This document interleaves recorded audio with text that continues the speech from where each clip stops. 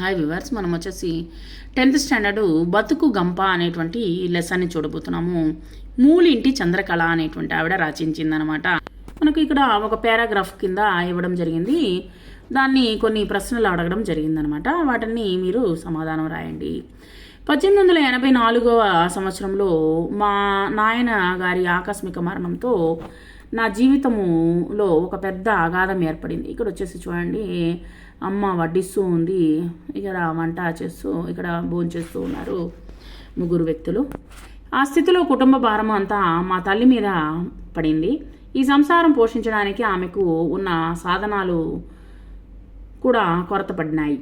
మా అమ్మగారికి కుటుంబ భవిష్యత్తు విషయమై ఆతృత హెచ్చరించింది. చూడండి, మనం వచ్చేసి హఠాత్తుగా ఒక వ్యక్తి మరణిస్తే, ఇంటికి పెద్ద వ్యక్తి, కుటుంబ అండగా ఉండేటువంటి వ్యక్తి మరణిస్తే రాజ్యభారం అంతా, ఆ యొక్క కుటుంబ భారం అంతా తల్లి మీద పడుతుంది. పడినప్పుడు మనకు అనేకమైనటువంటి కష్టాలు అనేటువంటిది ఎదురుపడతాయన్నమాట. తర్వాత వచ్చేసి మా అమ్మగారికి కుటుంబ భవిష్యత్తు విషయమై ఆతృత హెచ్చింది. మా మేనమామలపై ఆధారపడడము ఇష్టం లేదు. ఇంగ్లీష్ చదువు చదివించాలన్న మా నాన్నగారి కోరికను సఫలం చేయాలని సంకల్పించుకుందనమాట. ఒంగోలులో హోటల్ పెట్టి వచ్చే ఆదాయంతో మా చదువు సాగించడానికి ఆమె నిర్ణయించుకుందనమాట. ఆ రోజుల్లో పూటకోళ్ళ ఇల్లు పెట్టుకున్నటువంటి వారిని సంఘంలో చులకనగా చూసేవారు. అంటే ఏంటో తెలుసా, ఇక్కడ వచ్చేసి చాలా ఇబ్బందుల్లో ఉండేటువంటి వాళ్ళు వచ్చేసి పూటకోళ్ళ ఇళ్లలో భోజనం పెట్టేవాళ్ళు. ఆ యొక్క భోజనం చేసిన తర్వాత వాళ్ళ తోచినటువంటి డబ్బుని ఇచ్చేటువంటి వాళ్ళు అనమాట. ఆ యొక్క డబ్బుతో పిల్లల్ని చదివించుకునేటువంటి వాళ్ళు ఆ పూటకోళ్ళ ఇళ్లను వచ్చేసి ఎక్కువగా చులకనగా చూసేవాళ్ళు అనమాట.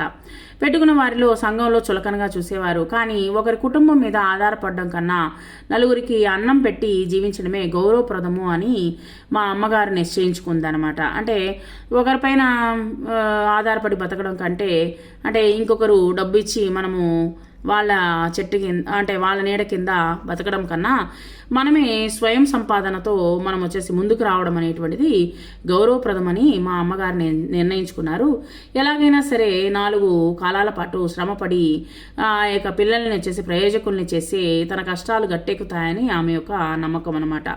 దీన్ని రచించింది వచ్చేసి టంగుటూరి ప్రకాశము. ఆయన యొక్క కథను వచ్చేసి ఇక్కడ ఒక చిన్న ప్యాసేజ్ కింద ఇవ్వడం జరిగింది. దాని కింద కొన్ని ప్రశ్నలు ఇవ్వడం జరిగింది. ప్రకాశం తల్లిగారికి ఎటువంటి పరిస్థితులు ఎదురయ్యాయి, ప్రకాశం తల్లిగారు ఏం నిర్ణయించుకున్నారు, పిల్లల అభివృద్ధి కోసం తల్లిదండ్రులు పడే శ్రమను గురించి చెప్పండి. ఇక్కడ మనము తర్వాత వాటి గురించి తెలుసుకుందాము. సరే, ఈ యొక్క లెసన్ యొక్క ఉద్దేశం ఏంటి అంటే, మానవ జీవితంలో కష్ట సుఖాలు అనేటువంటివి ఉంటాయి. ఇప్పుడు ప్రతి ఒక్కరికి కష్టము నష్టం అనేటువంటిది జరుగుతూనే ఉంటుంది. కష్టాలు వచ్చినప్పుడు వాటిని ఆత్మస్థైర్యంతో మనం ఎదుర్కోవాలన్నమాట. అంటే ధైర్యంగా ఉండాలి. ఆ సమయంలో మనకు కష్టం వచ్చింది కదా అని చెప్పేసి బాగా భయపడిపోకూడదు అనమాట. మనము ఆ కష్టాలను వచ్చేసి ఎదుర్కోవాలి. మనకు ఉన్నంతలో తృప్తిగా జీవించాలి. ఇంకో విషయం, ముఖ్యమైనటువంటి విషయము ఈ కాలంలో మనము తెలుసుకోవాల్సినటువంటి విషయం ఏంటంటే, ఇప్పుడు కాలంలో ఎవరికీ లేనటువంటిది అనమాట. ఇది ఉన్నంతలో తృప్తి పడడం అనేటువంటిది ఎవరికీ లేదనమాట. ఇంకా సంపాదించాలి, ఇంకా మనం వచ్చేసి ఎదగాలి, వాళ్ళకంటే మనము ఇంకా బాగుండాలి అనేటువంటిది ఆతృత అనేటువంటిది ఎక్కువగానే ఉన్నది ఈ యొక్క కాలఘట్టంలో. వచ్చేసి తోటి వారికి చేయూతను అందించాలి. మనము ఎదుగుతూనే మనము పక్కన ఉండేటువంటి వాళ్ళని మనము ఆదుకోవాలి. మనము కావలసినంత సహాయం అనేటువంటి చేస్తూ ఉండాలి. మనిషికి మనిషే తోడు అనమాట. మానవత్వమే జీవిత పరమార్థమని చెప్పడము ఈ యొక్క పాఠం యొక్క ఉద్దేశం అనమాట. ఈ యొక్క కథ యొక్క ముఖ్యమైనటువంటి రచయిత్రి గురించి మనం తెలుసుకుందాము. నిరుపేదల జీవిత వాస్తవాలను కథా వస్తువుగా తీసుకొని, అంటే నిరుపేదల యొక్క కథలను వచ్చేసి రియాలిటీని కథలుగా తీసుకొని రచనలు చేసినటువంటి కథా రచయిత్రి అనమాట ఈ మూలంటి చంద్రకళ గారు. వీరు చిత్తూరు జిల్లా అరగొండ అనేటువంటి ప్రాంతంలో జన్మించారు. తర్వాత రాజగోపాల్, విమలమ్మ వీరి యొక్క తల్లిదండ్రులు అనమాట. భర్త రామకృష్ణ గారు సహకారంతో కథలు, కథానికాలు చాలా రాశారనమాట.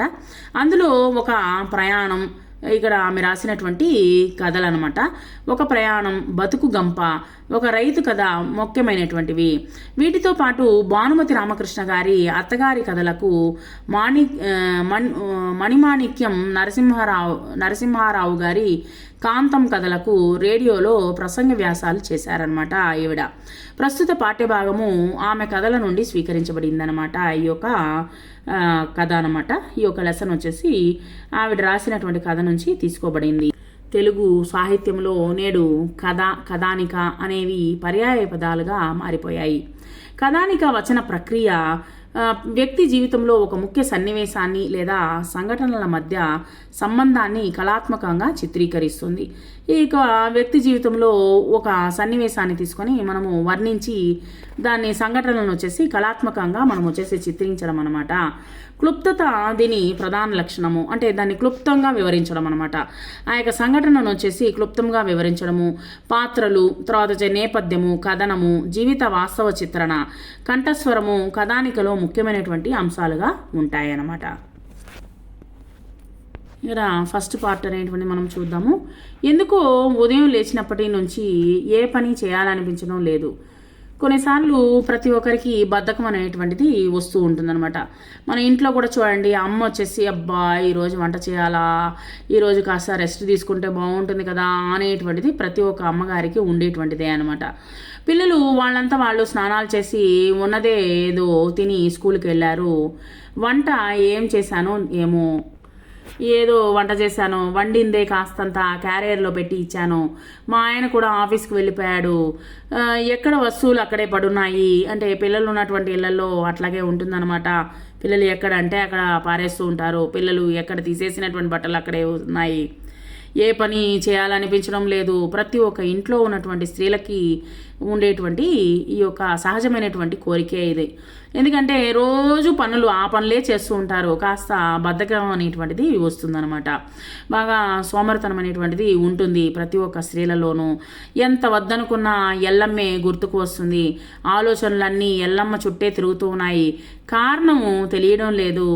ఎప్పుడో 4 ఏళ్ల క్రితం అనుకుంటా ఇక్కడ ఒక చిన్న సంఘటన అనేటువంటిది జరిగింది. ఏంటో అనేది చూద్దాము.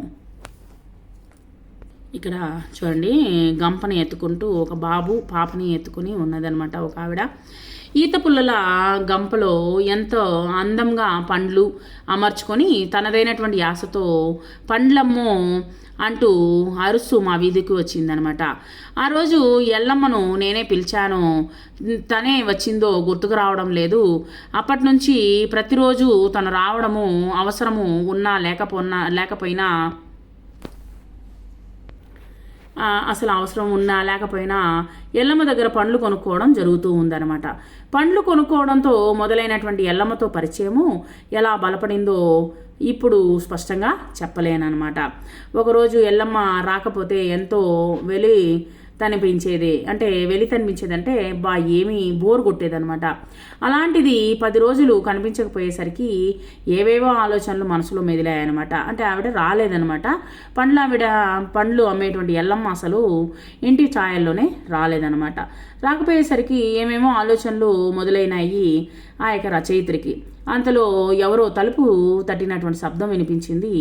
వెళ్ళి తలుపు తీసిన వెంటనే ఎదురుగా ఎల్లమ్మే ఉంది.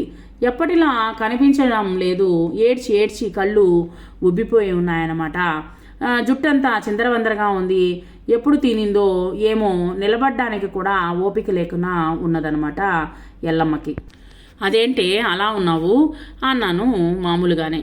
ఇంకేముందమ్మా, అంతా అయిపోయిందమ్మా అంటూ బోరును ఏడవడం మొదలుపెట్టింది. నాకేమీ అర్థం కాలేదు. 2-3 నిమిషాలు తెల్లముఖం వేశాను. ఎల్లమ్మని ఎట్లా ఓదార్చాలో అర్థం కాకుండింది. ఒక గ్లాసు మంచినీళ్లు తాగమని చెప్పి నెమ్మదిగా ఏం జరిగిందో చెప్పవే అన్నాను. ఎల్లమ్మ ఏడుస్తూనే ఉంది. వంటింట్లో వెళ్ళి కాఫీ కలిపి తెచ్చి ఇచ్చాను. కాఫీ తాగింది. కొంచెం స్థిమిత పడిందనిపించింది. ఇప్పుడు చెప్పవే అని అన్నానమాట. ఏమీ లేదమ్మా, మా ఆయనకు యాక్సిడెంట్ అయ్యింది.